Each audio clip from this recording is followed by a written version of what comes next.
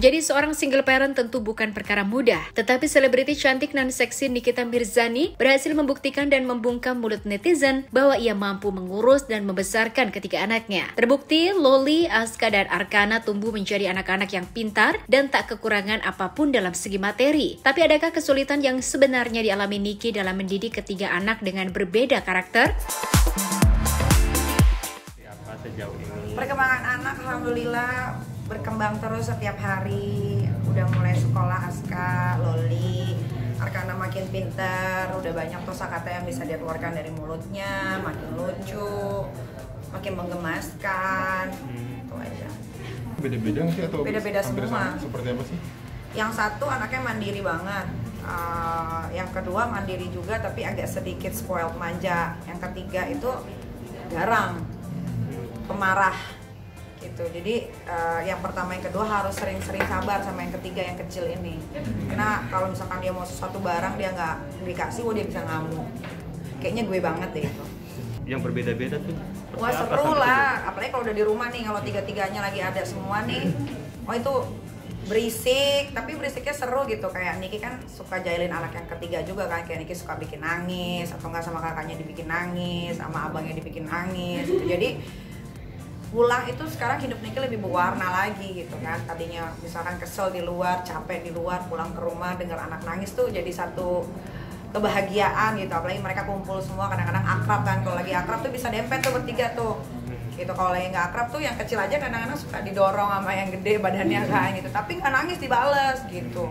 Jadi apa ya itu satu kebahagiaan yang tidak bisa diukur dengan apa-apa. Masalah-masalah ini. Kalau Niki kan memang menjalani sebagai seorang single mother kan memang menjalaninya karena seneng.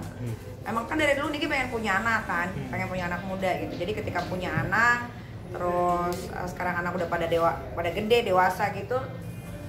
Untuk ngurusnya nggak susah sih gitu aja. Kebetulan anak-anak Niki kan juga anak-anak yang pendengar yang baik, nurut semua, jadi nggak jadi satu beban yang aduh ini anak gimana ya, ini anak, nggak pernah ngeluh gitu sih. Apapun yang anak Niki lakukan pokoknya asal itu masih benar-benar aja nggak apa-apa. Artikan itu seperti apa sih? Ya itu netizen yang ngomong kayak begitu, netizen yang hopeless sama hidupnya gitu. Karena anak itu bukan jadi suatu beban.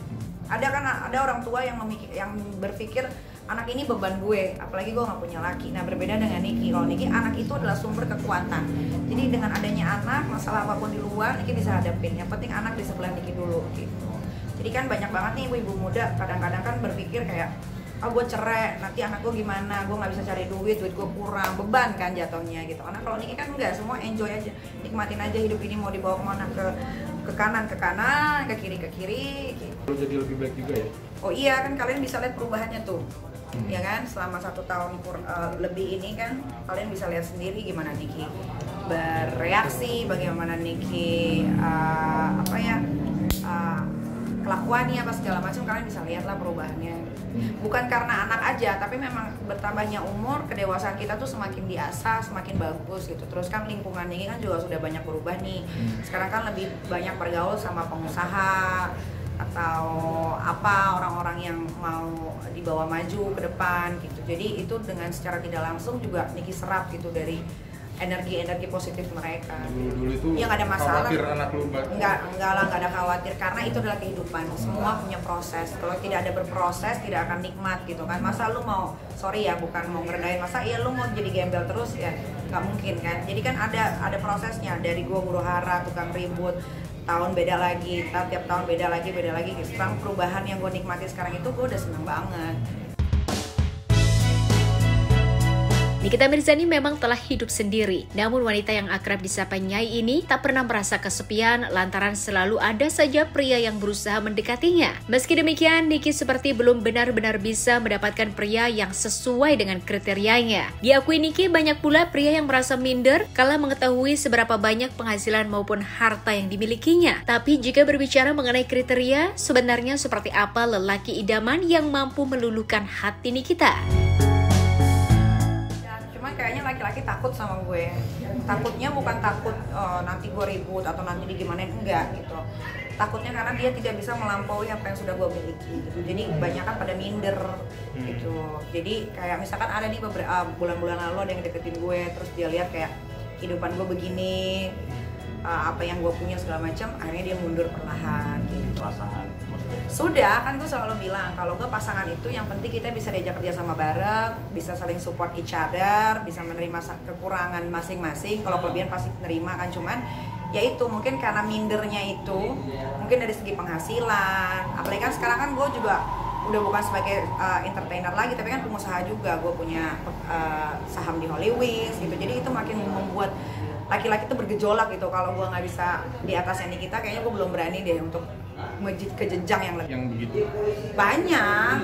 Gue kan nggak jelek-jelek amat ya kebetulan, alhamdulillah. Jadi ada beberapa lah laki-laki yang sempat ngedeketin gitu. Gue mainnya santai, tapi merekanya kayak, aduh mendingan nggak deh gitu. Ya itu dia, ya. Gue juga bingung kalau ditanya begitu. Pokoknya buat semua laki-laki sebetulnya kalau kalian tidak malas, bisa menghargai pasangan, itu sih sebenarnya udah cukup nih. Kalau rezeki selagi kaki belum lumpuh, tangan, kaki semua masih bisa dipergunakan dengan baik, ya kita bisa cari uang sama-sama. Pendamping. Yang terima gue apa adanya, yang sayang sama anak gue, karena walaupun body gue bagus seperti anak muda ya, tapi gue udah punya 3 anak.